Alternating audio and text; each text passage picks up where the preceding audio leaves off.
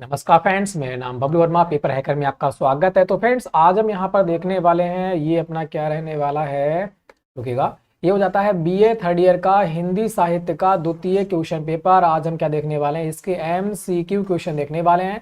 इसको दो पार्टों में क्या करेंगे, डिवाइड करेंगे, पार्ट 1 और पार्ट 2 में। ठीक है, तो बढ़ते हैं भाई क्वेश्चनों की ओर। फ्रेंड्स, जिन लोगों को भाई बहुत ही important BA third year Hindi साहित्य के द्वितीय क्वेश्चन पेपर की फर्स्ट की, सेकंड की तथा थर्ड की, अगर आपको एमसीक्यू की पीडीएफ चाहिए, क्या चाहिए, पीडीएफ चाहिए, तो डिस्क्रिप्शन में दे रखा है टेलीग्राम का लिंक। वहां पे आपको 2 से 3 बुकों की आपको पीडीएफ मिलेगी और कुछ हमारे द्वारा एमसीक्यू बनाए गए हैं बहुत इंपॉर्टेंट, वह आपको वहां पर मिल जाएंगे। ठीक है, मैं आपको सिर्फ एक बुक की यहाँ पर कर रहा हूँ, बाकी आपको पीडीएफ डाउनलोड कर पढ़ना पड़ेंगी। ठीक है, तो बढ़ते हैं भाई क्वेश्चनों के। पीडीएफ बहुत ही महत्वपूर्ण है, इसमें आपको 100% क्वेश्चन वहीं से देखने को मिलने वाले हैं। तो भैया एमसीक्यू क्वेश्चनों के लिए आपको पीडीएफ डाउनलोड करना ही पड़ेगी।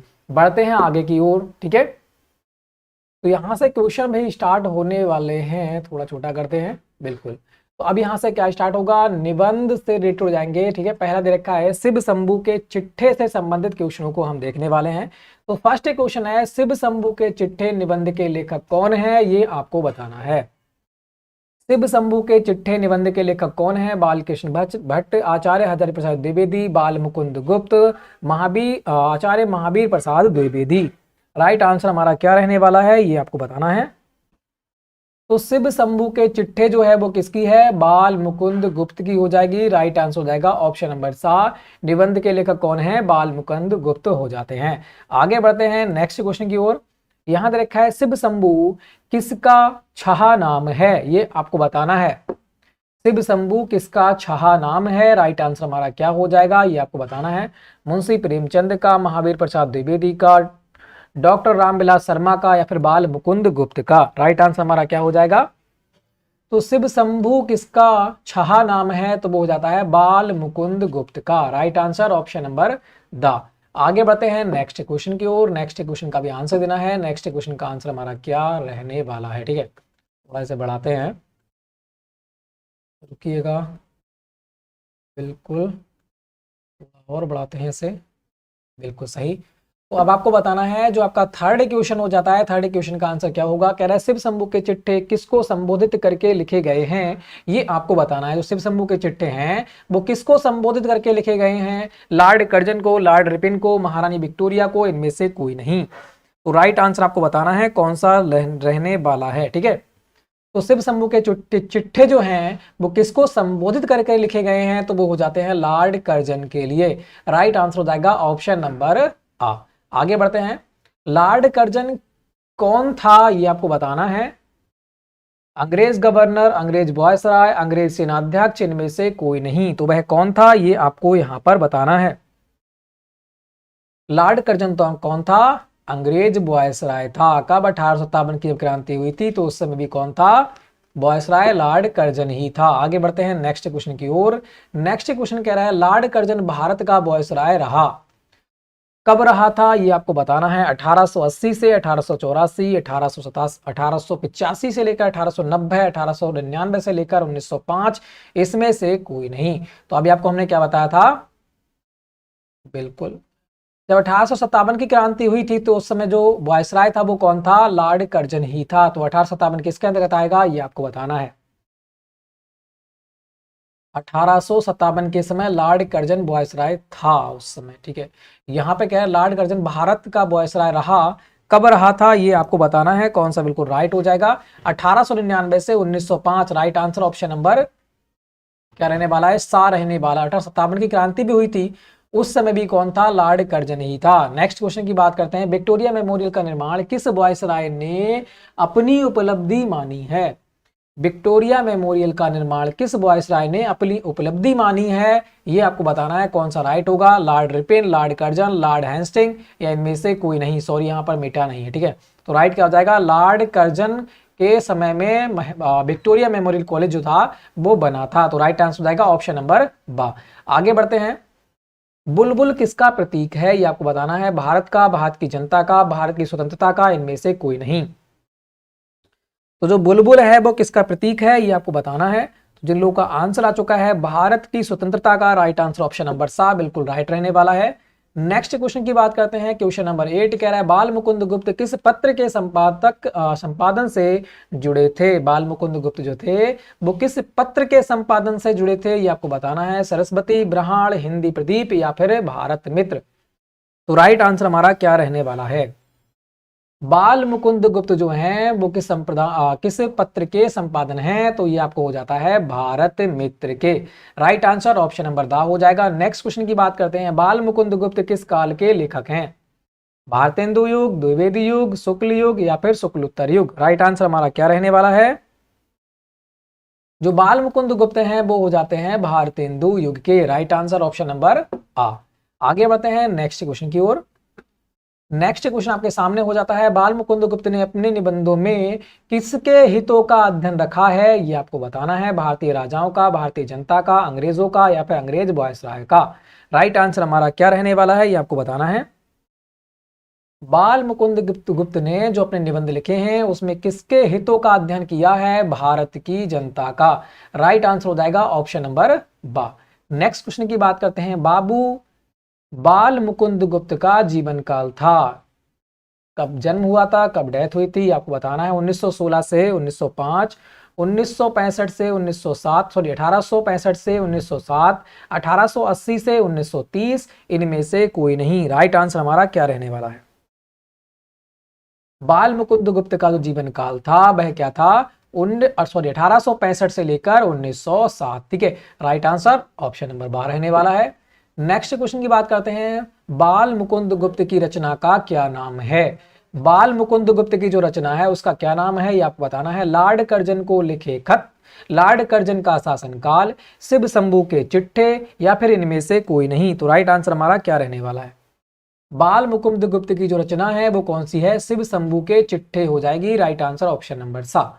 नेक्स्ट क्वेश्चन की बात करते हैं। शिव शंभू के चिट्ठे में बाल मुकुंद गुप्त ने किस वायसराय पर व्यंग किया था, ये आपको बताना है। राइट आंसर कौन सा होगा, Lord Dufferin, Lord Curzon, Lord Clive, Lord Ripon. Shiv Shambhu के चिट्ठे में बाल मुकुंद गुप्त ने किस वायसराय पर व्यंग किया था, तो राइट आंसर हो जाएगा लॉर्ड कर्जन के। ठीक है, राइट आंसर ऑप्शन नंबर बा हो जाएगा। अब यहां से स्टार्ट होता है कवियों का उर्मिला विषयक उदासीनता। ठीक है, ये हमारा टॉपिक है। अब क्वेश्चन नंबर 1 दे रखा है, क्वेश्चन नंबर 1 का आंसर देना है। कह रहा है कवियों की उर्मिला विषयक उदासीनता निबंध के लेखक हैं, कौन है, ये आपको बताना है। कवियों की उर्मिला विषयक उदासीनता निबंध के लेखक कौन है, बाल मुकुंद गुप्त, डॉक्टर श्याम सुंदर दास, आचार्य महावीर प्रसाद द्विवेदी, आचार्य हजारी प्रसाद द्विवेदी। राइट आंसर हमारा क्या रहने वाला है, ये आपको बताना है। तो कवियों की उर्मिला विषयक उदासीनता के जो निबंध के लेखक हैं वो हो जाते हैं आचार्य महावीर प्रसाद द्विवेदी। राइट आंसर हो जाएगा ऑप्शन नंबर 7। आगे बढ़ते हैं। उर्मिला कौन थी, लक्ष्मण की पत्नी, कृष्ण कथा की एक पात्र, भगवत पुराण की एक पात्र या फिर राम की बहन। तो उर्मिला कौन थी, ये आपको बताना है। जो उर्मिला थी वो कौन थी, लक्ष्मण जी की पत्नी थी। राइट आंसर हो जाएगा ऑप्शन नंबर आ। नेक्स्ट क्वेश्चन की बात करते हैं। नेक्स्ट क्वेश्चन कह रहा है आचार्य महावीर प्रसाद द्विवेदी के निबंध संग्रह का नाम आपको बताना है, क्या है।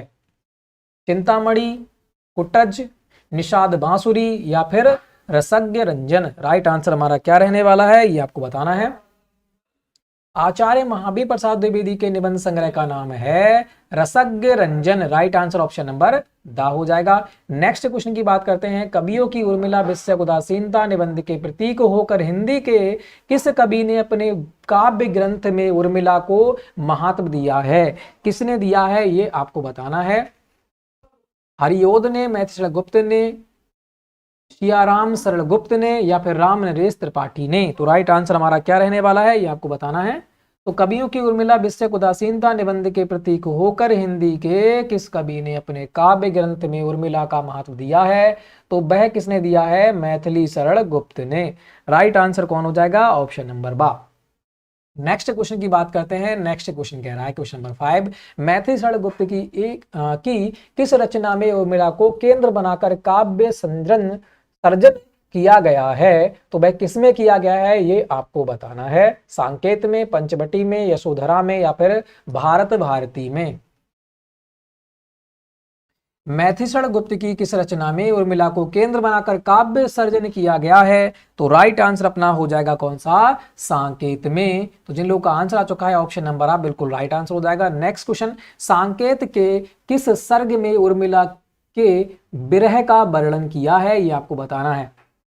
सांकेत के किस सर्ग में उर्मिला के विरह का वर्णन किया गया है? प्रथम सर्ग में, पंचम सर्ग में, नवम सर्ग में या फिर 11वें सर्ग में? राइट आंसर हमारा क्या रहने वाला है?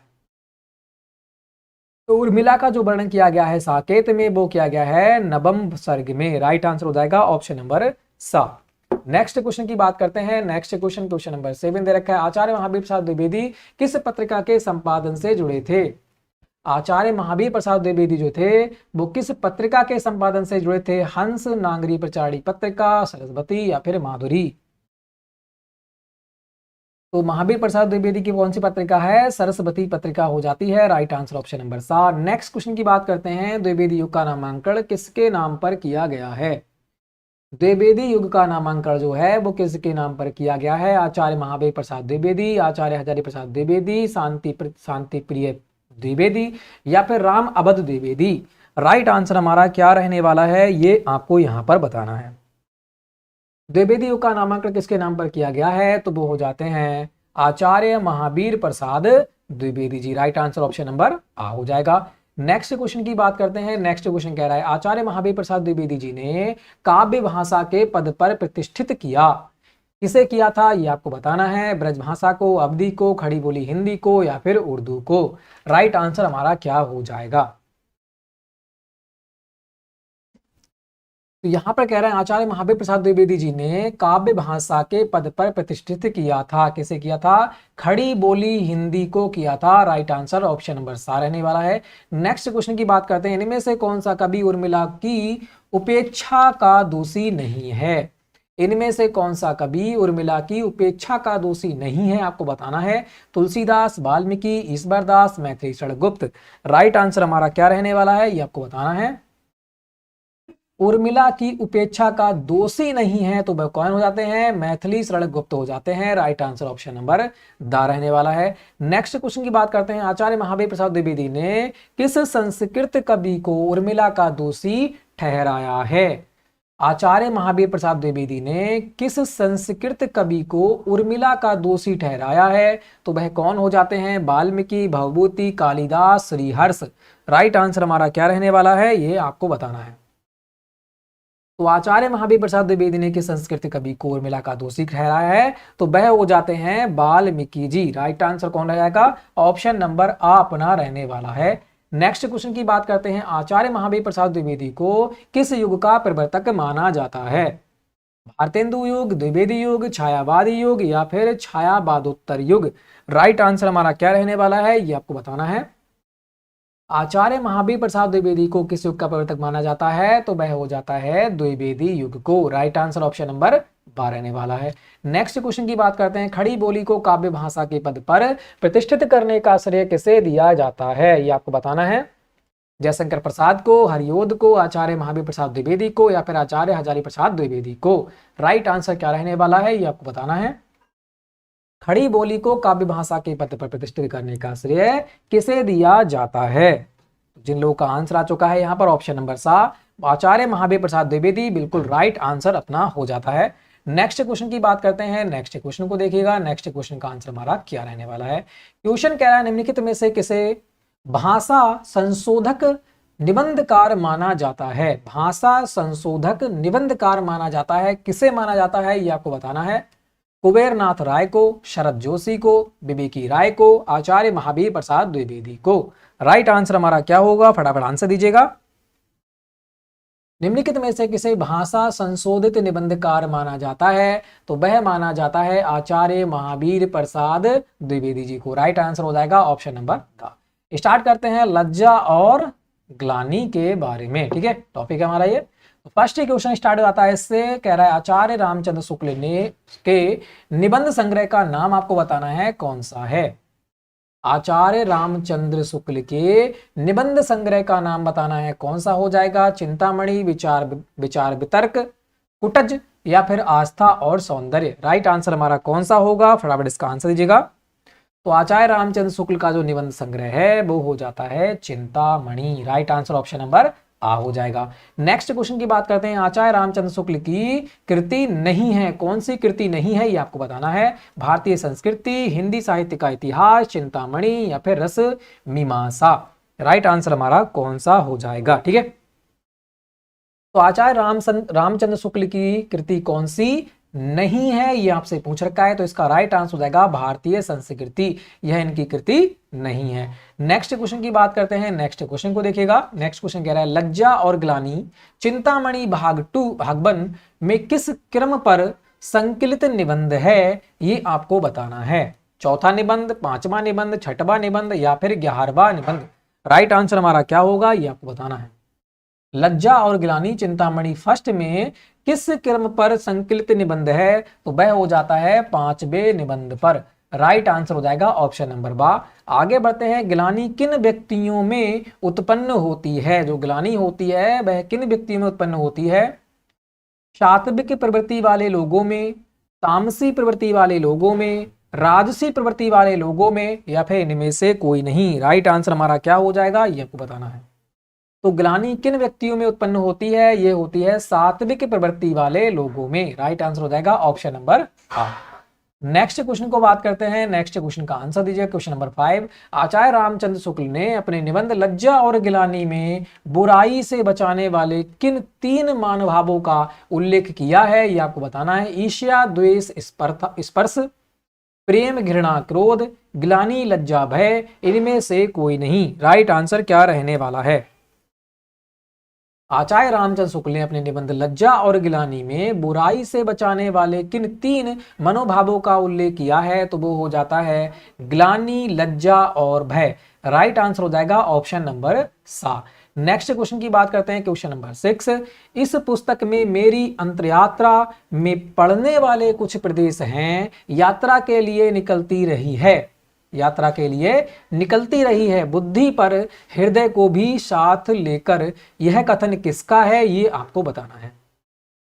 इस पुस्तक में मेरी अंतरात्मा में पढ़ने वाले कुछ प्रदेश यात्रा के लिए निकलती रही है, बुद्धि पर हृदय को भी साथ लेकर। यह कथन किसका है ये आपको बताना है। डॉक्टर नगेंद्र का, डॉक्टर रामविलास शर्मा का, आचार्य हजारी प्रसाद द्विवेदी का या फिर आचार्य रामचंद्र शुक्ल का। राइट आंसर क्या रहने वाला है ये आपको बताना है।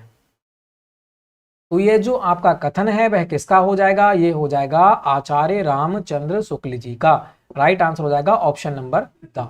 नेक्स्ट क्वेश्चन की बात करते हैं। नेक्स्ट क्वेश्चन कह रहा है लाइट ऑफ एशिया का अनुवाद आचार्य रामचंद्र शुक्ल ने किस नाम से किया।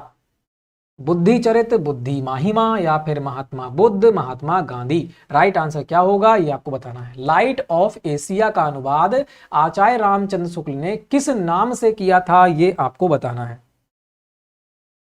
तो जिन लोगों का भी आंसर आ चुका है ऑप्शन नंबर आ, बुद्धिचरित, बिल्कुल राइट आंसर हो जाएगा। नेक्स्ट क्वेश्चन की बात करते हैं। कह रहा है इनमें से कौन सी कहानी आचार्य रामचंद्र शुक्ल की है।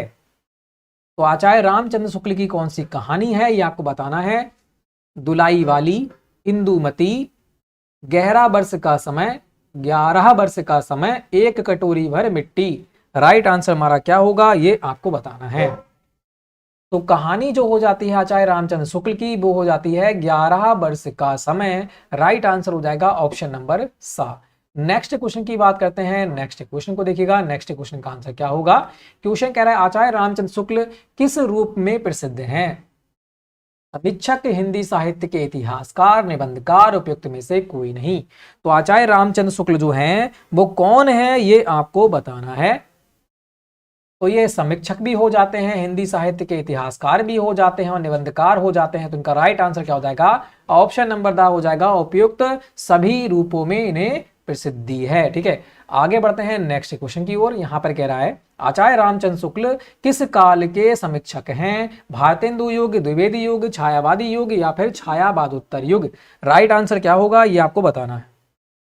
आचार्य रामचंद्र शुक्ल किस काल के समीक्षक हैं, तो वह राइट आंसर हो जाएगा कौन, छायावादी युग के। राइट आंसर ऑप्शन नंबर सा रहने वाला है। नेक्स्ट क्वेश्चन की बात करते हैं। आचार्य रामचंद्र शुक्ल चिंतामणि को पहले किस नाम से प्रकाशित करना चाहते थे? आचार्य रामचंद्र शुक्ल की जो लिखी गई है चिंतामणि, इसको पहले किस नाम से प्रकाशित करना चाहते थे, ये आपको बताना है। विचार विथा, विचार और वितर्क, विचार प्रवाह, विचारमणि। राइट आंसर हमारा क्या रहने वाला है, ये आपको बताना है। तो रामचंद्र शुक्ल जो थे वो चिंतामणि को पहले किस नाम से प्रकाशित करना चाहते थे? तो वो हो जाता है विचार वीथी। कौन? विचार वीथी। राइट आंसर ऑप्शन नंबर आ हो जाएगा। नेक्स्ट क्वेश्चन की बात करते हैं। चिंतामणि किसकी रचना है? तो अभी हमने क्या देखा है, चिंतामणि किसकी रचना है? रामचंद्र शुक्ल की रचना है। राइट आंसर ऑप्शन नंबर आ रहने वाला है। बढ़ते हैं आगे क्वेश्चनों की ओर। क्वेश्चन कह रहा है यहां पर, आचार्य रामचंद्र शुक्ल के मतानुसार हिंदी का एडिशन है, क्या है ये आपको बताना है। राधा कृष्ण दास एडिशन है, ये कथन किसका है ना, सॉरी, आचार्य रामचंद्र शुक्ल के मतानुसार हिंदी का एडिशन है, कौन है ये आपको बताना है। राधा कृष्ण दास, पंडित बालकृष्ण भट्ट, आचार्य हजारी प्रसाद द्विवेदी, इनमें से कोई नहीं। राइट आंसर हमारा क्या होगा, ये आपको बताना है। आचार्य रामचंद्र शुक्ल के मतानुसार हिंदी का एडिशन कौन है? तो वो हो जाता है पंडित बालकृष्ण भट्ट हो जाते हैं। राइट आंसर ऑप्शन नंबर बा हो जाएगा। अब यहां से स्टार्ट होता है अपना कौन? कुटज। ठीक है, तो फर्स्ट ही क्वेश्चन स्टार्ट होता है, कह रहा है कुटज निबंध के लेखक हैं, कौन है ये आपको बताना है। कुटज निबंध के लेखक कौन है? आचार्य रामचंद्र शुक्ल, आचार्य हजारी प्रसाद द्विवेदी, डॉक्टर रामविलास शर्मा, नंदुलारे वाजपेयी। तो कुटज निबंध के जो लेखक हो जाते हैं वो कौन है? आचार्य हजारी प्रसाद द्विवेदी हो जाते हैं। राइट आंसर ऑप्शन नंबर बा हो जाएगा। नेक्स्ट क्वेश्चन की बात करते हैं, कौन सा निबंध आचार्य हजारी प्रसाद द्विवेदी का है? कुटज, लज्जा और गिलानी, छायावाद या फिर शिव शंभू के चिट्ठे। तो अभी हमने क्या देखा है, आचार्य हजारी प्रसाद द्विवेदी का जो निबंध है वो कौन है? कुटज हो जाता है। राइट आंसर हो जाएगा ऑप्शन नंबर आ। नेक्स्ट क्वेश्चन की बात करते हैं, इनमें से कौन सा निबंध संग्रह आचार्य हजारी प्रसाद द्विवेदी का नहीं है, ये आपको बताना है। ठीक है, ध्यान से देखना क्या रखा है, नहीं है। अशोक के फूल, आत्मनिपद, विचार प्रवाह या फिर कल्पलता। राइट आंसर क्या होगा, ये आपको बताना है। तो आचार्य हजारी प्रसाद द्विवेदी का कौन सा नहीं है, ये आपको बताना है। अशोक के फूल ये भी हो जाता है। ठीक है, और बात करते हैं, ये हमारा आत्मनेपद भी हो जाता है, विचार प्रभावी जी हो जाएगा, मगर जो कल्पलता है वो इनका नहीं है। तो राइट आंसर क्या हो जाएगा, ऑप्शन नंबर द अपना रहने वाला है। नेक्स्ट क्वेश्चन की बात करते हैं। नेक्स्ट क्वेश्चन कह रहा है, कुटज किस प्रकार का निबंध है? कुटज किस प्रकार का निबंध है? ललित निबंध, प्रकृति परक निबंध, विचारात्मक निबंध या फिर समस्या परक निबंध। तो राइट आंसर हमारा क्या रहने वाला है, ये आपको बताना है। कुटज किस प्रकार का निबंध है? तो कुटज कैसा है? ललित निबंध हो जाता है। राइट आंसर ऑप्शन नंबर आ हो जाएगा। नेक्स्ट क्वेश्चन की बात करते हैं, कौन सा निबंधकार ललित निबंधकार नहीं है? कौन सा निबंधकार ललित निबंधकार नहीं है, ये आपको बताना है। विद्यानिवास मिश्र, डॉक्टर रामविलास शर्मा, आचार्य हजारी प्रसाद द्विवेदी या फिर कुबेर नाथ राय।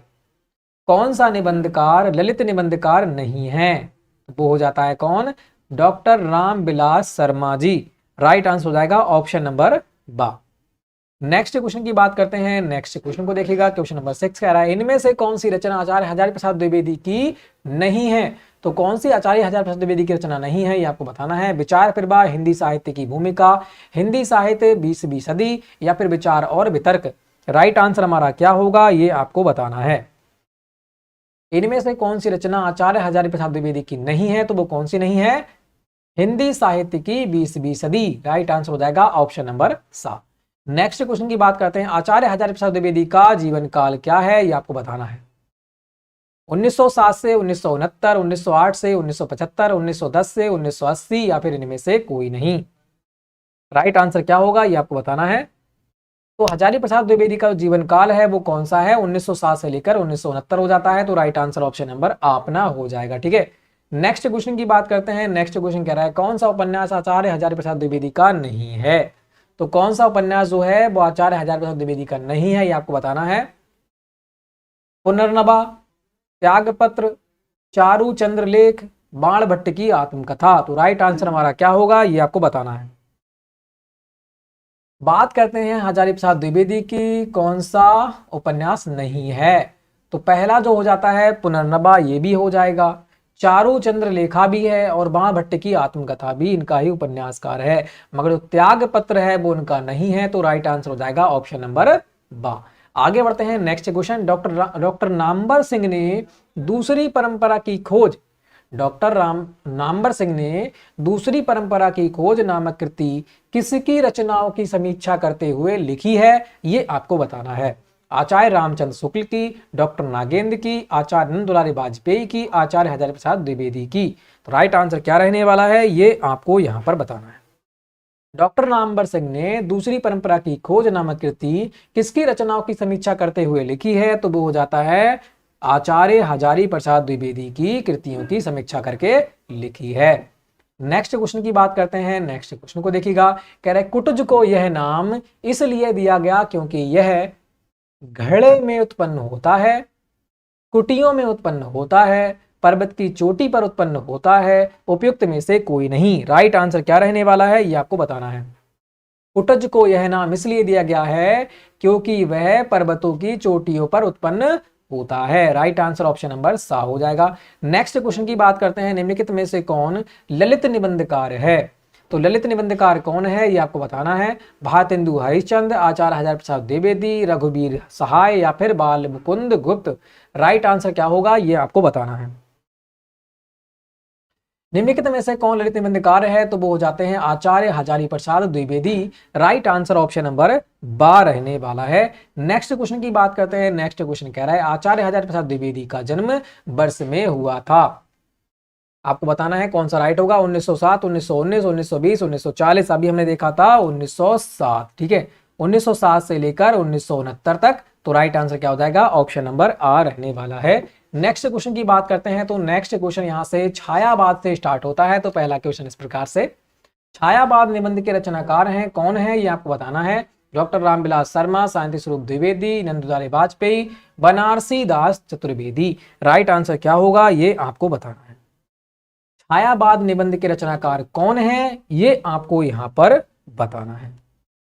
तो राइट आंसर क्या हो जाएगा, छायावाद निबंध के रचनाकार कौन है, नंद दुलारे वाजपेयी हो जाते हैं। राइट आंसर हो जाएगा ऑप्शन नंबर सा। नेक्स्ट क्वेश्चन की बात करते हैं। नंद दुलारे वाजपेयी का जीवन काल है कितना है, ये आपको बताना है। 1906 से 1967, 1908 से 1973, 1920 से 1990, इसमें से कोई नहीं। राइट आंसर क्या होगा, ये आपको बताना है। नंद दुलारे वाजपेयी का जो जीवन काल है वो 1906 से लेकर 1967 है। तो राइट आंसर हो जाएगा ऑप्शन नंबर आ, ठीक है। आगे बढ़ते हैं फिर नेक्स्ट क्वेश्चन की ओर। नेक्स्ट क्वेश्चन आपके सामने कुछ इस प्रकार से आता है। नंद दुलारे वाजपेयी को माना जाता है, क्या माना जाता है, आपको बताना है। सौष्ठववादी समीक्षक, प्रगतिवादी समीक्षक, अस्तित्ववादी समीक्षक, सांस्कृतिक समीक्षक। तो राइट आंसर क्या होगा, ये आपको बताना है। इन्हें माना जाता है क्या, सौष्ठववादी समीक्षक। राइट आंसर क्या हो जाएगा, ऑप्शन नंबर आ रहने वाला है। आगे बढ़ते हैं। नंद दुलारे वाजपेयी की कृति नहीं है, कौन सी नहीं, आपको बताना है। आस्था और सौंदर्य, मुंशी प्रेमचंद, नया साहित्य, नए प्रसन्न या फिर कवि प्रसाद। राइट आंसर क्या होगा, ये आपको बताना है। नंद दुलारे वाजपेयी की कृति नहीं है। आस्था और सौंदर्य जो है यह इनकी कृति नहीं है। राइट आंसर ऑप्शन नंबर आ हो जाएगा। बाकी आपके मुंशी प्रेमचंद, नया साहित्य, नए प्रसन्न और कवि प्रसाद सब सारी की सारी नंद दुलारे वाजपेयी की कृतियां हैं। आगे बढ़ते हैं नेक्स्ट क्वेश्चन। नंद दुलारे वाजपेयी साहित्य का प्रयोजन मानते हैं यश प्राप्ति के लिए, रसानुभूति के लिए, आत्माभूति के लिए या फिर अर्थ प्राप्ति के लिए। नंद दुलारे वाजपेयी साहित्य का प्रयोजन मानते हैं, किसके लिए मानते हैं, ये आपको बताना है। तो ये किसके लिए मानते हैं भाई, आत्मानुभूति के लिए मानते हैं। राइट आंसर क्या हो जाएगा, ऑप्शन नंबर सा रहने वाला है। आगे बढ़ते हैं नेक्स्ट क्वेश्चन की ओर। हिंदी साहित्य 20वीं सदी, हिंदी साहित्य 20वीं सदी के रचनाकार कौन है, ये आपको बताना है। डॉक्टर नागेंद्र, डॉक्टर रामविलास शर्मा, आचार्य रामचंद्र शुक्ल, नंद दुलारे वाजपेयी। राइट आंसर क्या होगा, आपको बताना है। हिंदी साहित्य 20वीं सदी के रचनाकार कौन है। तो जिन लोगों का आंसर आ चुका है भाई नंद दुलारे वाजपेयी, राइट आंसर हो जाएगा option number the. Next question की बात करते हैं। नंद दुलारे वाजपेयी किस विश्वविद्यालय के हिंदी विभाग अध्यक्ष रहे हैं। बनारस हिंदू विश्वविद्यालय, दिल्ली विश्वविद्यालय, विक्रम विश्वविद्यालय, सागर विश्वविद्यालय। राइट आंसर क्या होगा ये आपको बताना है। ये कहाँ के रहे हैं भाई? सागर विश्वविद्यालय के रहे हैं विभागाध्यक्ष। ठीक है, right answer option number the रहने वाला है। नेक्स्ट क्वेश्चन की बात करते हैं। छायावादी काव्य के कट्टर समर्थक आलोचक थे, कौन थे ये आपको बताना है। छायावादी काव्य के कट्टर समर्थक आलोचक कौन थे मैं आपको बताना है। डॉक्टर रामविलास शर्मा, आचार्य रामचंद्र शुक्ल, बनारसी दास चतुर्वेदी, नंद दुलारे वाजपेयी। राइट आंसर क्या होगा ये आपको यहां पर बताना है। तो छायावादी काव्य के कट्टर समर्थक आलोचक कौन है ये आपको बताना है। नंद दुलारे Vajpayee. Right answer option number the रहने वाला है। आगे बढ़ते हैं। कवि निराला किसकी कृति है? कवि निराला जो है वह किसकी कृति है ये आपको बताना है। डॉक्टर रामविलास शर्मा, डॉक्टर नागेंद्र, नंद दुलारे Vajpayee, doctor Namvar Singh. Right answer क्या होगा ये आपको बताना है। कवि निराला किसकी कृति है? तो वह हो जाती है नंद दुलारे वाजपेयी की। राइट आंसर क्या रहने वाला है? ऑप्शन नंबर सा रहने वाला है। आगे बढ़ते हैं नेक्स्ट क्वेश्चन की ओर। छायावादी काव्य और भक्तिकालीन काव्य में किस दृष्टि से समानता है ये आपको बताना है। दोनों की शैली एक है, दोनों की विषय वस्तु समान है, दोनों का समर्थन समान है, दर्शन समान है, दोनों में आध्यात्मिकता मिलती है। राइट आंसर क्या होगा ये आपको बताना है। छायावादी काव्य और भक्तिकालीन काव्य में किस दृष्टि से समानता मिलती है? तो वह मिलती है आपके, सही है ना, दोनों में आध्यात्मिकता मिलती है। Right answer option number the रह जाएगा। आगे बढ़ते हैं। छायावादी काव्य की समय सीमा है ये आपको बताना है कौन सी है। 1900 से 1920, 1920 से 1936, 1936 से 1940, सन 1950 के उपरांत। राइट आंसर क्या होगा ये आपको बताना है। छायावादी काव्य की समय सीमा क्या है? तो 1920 से लेकर 1936। राइट आंसर ऑप्शन नंबर बा हो जाएगा। नेक्स्ट क्वेश्चन की बात करते हैं। इनमें से कौन छायावादी कवि नहीं है? इनमें से कौन छायावादी कवि नहीं है ये आपको बताना है। सूर्यकांत त्रिपाठी निराला, रामधारी सिंह दिनकर, सुमित्रा नंदन पंत, जयशंकर प्रसाद। राइट आंसर क्या होगा ये आपको बताना है। इनमें से कौन छायावादी कवि नहीं है ये आपको बताना है। पंत जी हो जाते हैं, निराला जी हो जाते हैं, प्रसाद जी हो जाते हैं, मगर रामधारी सिंह दिनकर जो हैं वो अपने छायावादी कवि नहीं हैं। आगे बढ़ते हैं नेक्स्ट क्वेश्चन की ओर। नेक्स्ट क्वेश्चन का आंसर दीजिएगा। कह रहा है यहाँ पर आचार्य नंद दुलारे वाजपेयी किस समीक्षा प्रवृत्ति के आलोचक थे? आचार्य नंद दुलारे वाजपेयी किस समीक्षा प्रवृत्ति के आलोचक थे ये आपको बताना है। ऐतिहासिक समीक्षा, व्यावहारिक समीक्षा, सैद्धांतिक समीक्षा या फिर मार्क्सवादी समीक्षा। राइट आंसर क्या होगा ये आपको बताना है। आचार्य नंद दुलारे वाजपेयी किस समीक्षा प्रवृत्ति के आलोचक हैं? तो वह हो जाते हैं व्यावहारिक समीक्षा के। ठीक है, किसके? व्यावहारिक समीक्षा के। राइट आंसर ऑप्शन नंबर 12 रहने वाला है। अब यहां से स्टार्ट होता है तुम चंदन हम पानी। ठीक है, बताते हैं। फर्स्ट क्वेश्चन दे रखा है विद्यानिवास मिश्र का जीवन काल है, कौन सा है ये आपको बताना है। 1914 से 1995, 1920 से 2000, 1926 से 2005, 1930 से 2010। कौन सा बिल्कुल राइट आंसर रहने वाला है? विद्यानिवास मिश्र का जो जीवन काल है वो हो जाता है 1926 से लेकर 2005 तक। राइट आंसर ऑप्शन नंबर सा रहने वाला है। आगे बढ़ते हैं। विद्यानिवास मिश्र का छद्म नाम क्या था? विद्यानिवास मिश्र का छद्म नाम क्या था ये आपको बताना है। भ्रमरानंद, एक भारतीय आत्मा, व्योमकेश शास्त्री या भास्कर। राइट आंसर क्या होगा ये आपको बताना है। विद्यानिवास मिश्र का छद्म नाम क्या है ये आपको यहां पर बताना है। तो राइट आंसर क्या होगा? भ्रमरानंद। क्या? भ्रमरानंद। राइट आंसर हो जाएगा ऑप्शन नंबर आ। ठीक है, विद्यानिवास मिश्र का छद्म नाम क्या है? भ्रमरानंद। आगे बढ़ते हैं नेक्स्ट क्वेश्चन की ओर। कौन सा निबंध संग्रह विद्यानिवास मिश्र का है? कौन सा निबंध संग्रह विद्यानिवास मिश्र का है आपको बताना है। तुम चंदन हम पानी, मैंने सील पहुंचाई, मेरे राम का कुटुब भीग रहा है। सॉरी यार, मैं भी क्या कह रहा हूं, मेरे राम का मुकुट भीग रहा है, उपयुक्त सभी। तो राइट आंसर क्या रहने वाला है ये आपको बताना है। कौन सा निबंध विद्यासागर मिश्र का है? तो तुम चंदन हम पानी ये भी हो जाता है, मैंने सिल पहुंचाई ये भी हो जाता है, मेरे राम का मुकुट भीग रहा है ये भी इन्हीं का है। किसका? विद्यासागर मिश्र का। तो क्या हो जाएगा राइट आंसर? उपयुक्त सभी यहां पर रहने वाला है। आगे, विद्यानिवास मिश्र माने जाते हैं व्यक्ति व्यंजक निबंधकार, इतिहासकार, ललित निबंधकार या फिर प्राध्यापक। राइट आंसर क्या रहने वाला है ये आपको बताना है। विद्यानिवास मिश्र माने जाते हैं कौन? ललित निबंधकार माने जाते हैं। राइट आंसर ऑप्शन नंबर सा रहने वाला है। आगे बढ़ते हैं नेक्स्ट क्वेश्चन की ओर। नेक्स्ट क्वेश्चन कह रहा है विद्यानिवास मिश्र के निबंध संकलन मेरे राम का मुकुट भीग रहा है की विषय वस्तु क्या है? आपको बताना है। राम कथा संग्रह, कृष्ण कथा, भारतीय देवी देवता या फिर यूनानी देवता। राइट आंसर क्या हो जाएगा ये आपको बताना है। मेरे राम का मुकुट भीग रहा है तो क्या है? राम कथा प्रसंग है। राइट आंसर ऑप्शन नंबर आ रहने वाला है। नेक्स्ट क्वेश्चन की बात करते हैं। विद्यानिवास मिश्र ने एक वाक्य संग्रह भी तैयार किया था, इसका नाम है, ये आपको बताना है, क्या नाम है? पंचसर, पानी का पुकार, पानी की पुकार, हल्दी दूब या फिर कौन तू फुलबा बिन नहारी। तो यहां पर कौन सा बिल्कुल राइट आंसर होगा ये आपको बताना है। तो विद्यानिवास मिश्र ने एक काव्य संग्रह को भी तैयार किया था, इसका नाम क्या था? पानी की पुकार। राइट आंसर क्या हो जाएगा? पानी की पुकार। आगे बढ़ते हैं नेक्स्ट क्वेश्चन की ओर। नेक्स्ट क्वेश्चन कह रहा है तुम चंदन हम पानी शीर्षक कहां से लिया गया है? कबीर के पद से, रैदास के भजन से, सुंदर दास के पद से, मीरा के भजन से।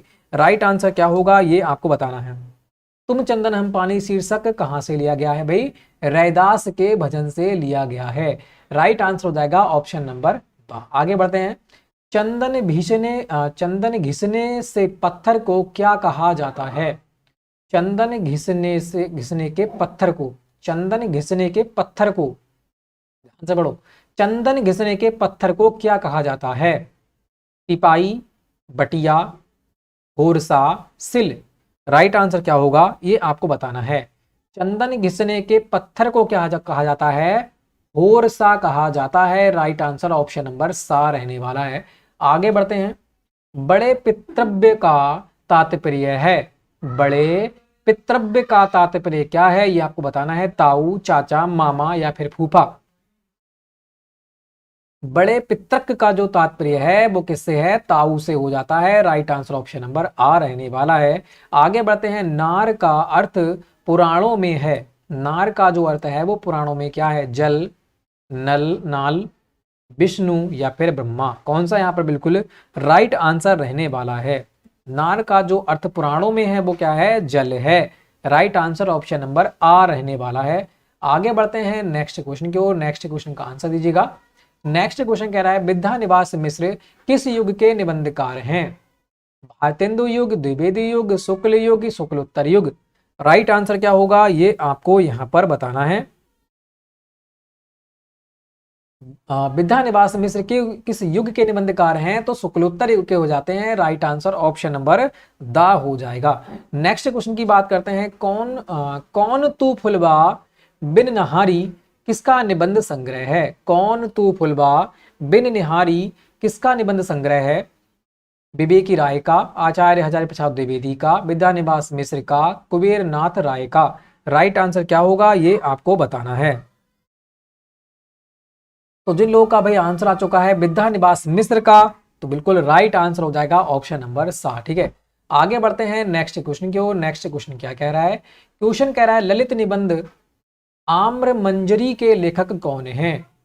ललित निबंध जो है आम्र मंजरी, उसके लेखक कौन है ये आपको बताना है। आचार्य हजारी प्रसाद द्विवेदी, शिव प्रसाद सिंह, कुबेर नाथ राय, विद्यानिवास मिश्र। राइट आंसर क्या होगा ये आपको बताना है। आम्र मंजरी जो है वह किसकी हो जाएगी? विद्यानिवास मिश्र की हो जाएगी। राइट आंसर क्या हो जाएगा? Option number the. Next question की बात करते हैं। नेक्स्ट क्वेश्चन स्टार्ट होता है सौंदर्य की उपयोगिता से संबंधित क्वेश्चन। फर्स्ट क्वेश्चन है डॉक्टर रामविलास शर्मा का जीवन काल है क्या है ये आपको बताना है। 1888 से 2000, 1912 से 2000, 1920 से 2000, कुछ दे रखा है, कट गया है, कोई बात नहीं, इसमें से कोई नहीं। तो राइट आंसर क्या होगा ये आपको बताना है। डॉक्टर रामविलास शर्मा का जीवन काल है तो कितना है 1912 से 2000 तक। ठीक है, कितने 1912 से 2000 तक, वेरी इंपॉर्टेंट, याद रखना। आगे बढ़ते हैं, डॉक्टर रामविलास शर्मा साहित्य की किस विचारधारा से जुड़े रहे हैं? छायावाद, प्रगतिवाद, प्रयोगवाद, नई कविता, किससे जुड़े हुए हैं ये आपको बताना है। डॉक्टर रामविलास शर्मा साहित्य की किस विचारधारा से जुड़े हुए हैं? तो इसका आंसर कौन सा बिल्कुल राइट होगा ये आपको बताना है। तो क्या हो जाएगा, प्रगतिवाद से जुड़े हुए हैं। राइट आंसर ऑप्शन नंबर 12 रहने वाला है। नेक्स्ट क्वेश्चन की बात करते हैं, नेक्स्ट क्वेश्चन का आंसर दीजिएगा। यहाँ पे कह रहा है सौंदर्य की उपयोगिता निबंध के लेखक हैं। सौंदर्य की उपयोगिता निबंध के लेखक कौन है ये आपको बताना है। नंदुलारी वाजपेयी, अज्ञे, बाल मुकुंद गुप्त, डॉक्टर रामविलास शर्मा। तो यहाँ पर कौन सा बिल्कुल राइट होगा? सौंदर्य की उपयोगिता निबंध के लेखक कौन है? डॉक्टर रामविलास शर्मा हो जाते हैं। Right answer option number the हो जाएगा। नेक्स्ट क्वेश्चन की बात करते हैं, कौन सी रचना डॉक्टर रामविलास शर्मा की है? भाषा और समाज, महावीर प्रसाद द्विवेदी और हिंदी नवजागरण, निराला की साहित्य साधना, उपयुक्त सभी। तो रामविलास शर्मा की कौन सी रचना है ये आपको बताना है। भाषा और समाज ये भी निराला की है। महावीर प्रसाद द्विवेदी और हिंदी नवजागरण ये भी अपने रामविलास शर्मा जी की है। निराला की साहित्य साधना भी इन्हीं की हो जाती है। तो राइट आंसर क्या हो जाएगा? उपयुक्त सभी। आगे बढ़ते हैं फिर नेक्स्ट क्वेश्चन की ओर। नेक्स्ट क्वेश्चन कह रहा है डॉक्टर रामविलास शर्मा ने किस कवि की जीवनी लिखी है? डॉक्टर रामविलास शर्मा ने किस कवि की जीवनी लिखी है ये आपको बताना है। Very important question. Suryakant Tripathi Nirala, Jaishankar Prasad, Sumitranandan Pant या फिर अज्ञे जी। तो राइट आंसर क्या हो जाएगा? निराला जी की जीवनी किसने लिखी है? रामविलास शर्मा जी ने लिखी है। आगे बढ़ते हैं, इनमें से डॉक्टर रामविलास शर्मा को आलोचनात्मक रचना कौन सी है? इनमें से रामविलास शर्मा की आलोचनात्मक जो रचना है वो कौन सी है? प्रगति और परंपरा, आस्था और सौंदर्य, प्रगतिशील इतिहास, इतिहास की समस्याएं, उपयुक्त सभी। तो राइट आंसर क्या होगा ये आपको बताना है।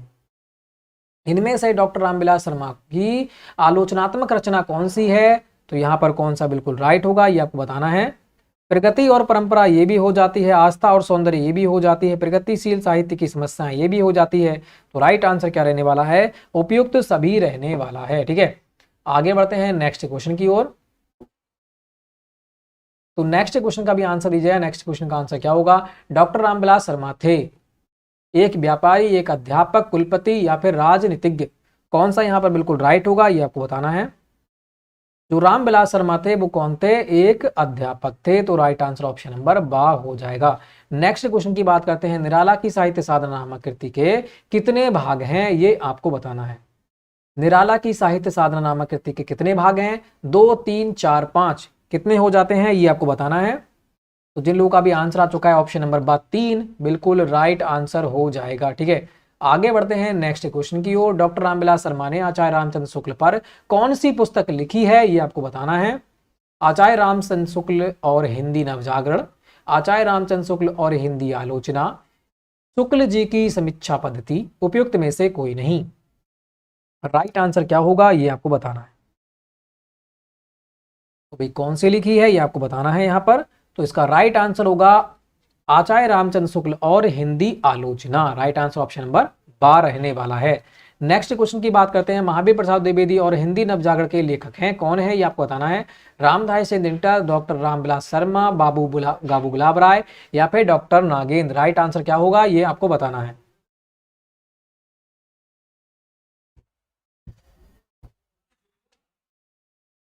महावीर प्रसाद द्विवेदी और हिंदी नवजागरण के लेखक कौन हैं? तो ये हो जाते हैं डॉक्टर रामविलास शर्मा जी।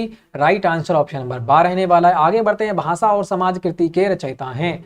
भाषा और समाज कृति के रचयिता कौन है? माता प्रसाद गुप्त, आचार्य हजारी प्रसाद द्विवेदी, डॉक्टर रामविलास शर्मा या फिर हो जाता है आचार्य रामचंद्र शुक्ल।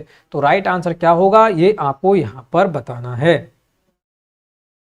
जिन लोगों का आंसर आ चुका है भाषा और समाज कृति के रचयिता कौन है? डॉक्टर रामविलास शर्मा। इससे पहले भी हमने देख रखा था।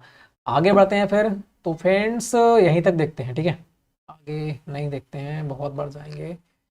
गद्य विधाएं हम क्या करेंगे अगले पार्ट से स्टार्ट करेंगे गद्य विधाओं के लिए। ठीक है, तो फ्रेंड्स जितने भी क्वेश्चन हो गए हैं वो पार्ट 1 समझ लीजिएगा। ठीक है, क्या पार्ट 1 समझ लीजिएगा, और पार्ट 2 जो आपको मिलने वाला है वो जल्द ही आपको प्रोवाइड हो जाएगा। वीडियो को लाइक करना है, शेयर करना है, चैनल को सब्सक्राइब करना है। और जिन लोगों को भाई पीडीएफ चाहिए, ठीक है, पीडीएफ चाहिए एमसीक्यू की या फिर नोट्स चाहिए, तो आप टेलीग्राम पर जाके डाउनलोड कर सकते हैं। आपको बहुत सारे एमसीक्यू क्वेश्चन इसी टॉपिक से रिलेटेड आपको मिल जाएंगे, ठीक है। इसी मतलब पार्ट 3 के सेकंड से रिलेटेड मिल जाएगा। पूरा की पूरा नोट्स वहां पे जाके आप डाउनलोड कर सकते हैं और पढ़ सकते हैं। टेलीग्राम पे जाना मत भूलिएगा, क्योंकि वहीं से आपके क्वेश्चन पूछे जाएंगे, बहुत ही इंपॉर्टेंट। कुछ हमारे द्वारा एमसीक्यू बनाए हुए हैं और कुछ बुकों के द्वारा लिए गए हैं, 2 से 3 बुकों के अंतर्गत, ठीक है। तो बहुत ही इंपॉर्टेंट हो जाते हैं। तो लाइक करना, शेयर करना, चैनल को सब्सक्राइब करना, पीडीएफ को डाउनलोड करना और पढ़ना है। तो फ्रेंड्स, लाइक करना, शेयर करना। जय हिंद, जय भारत।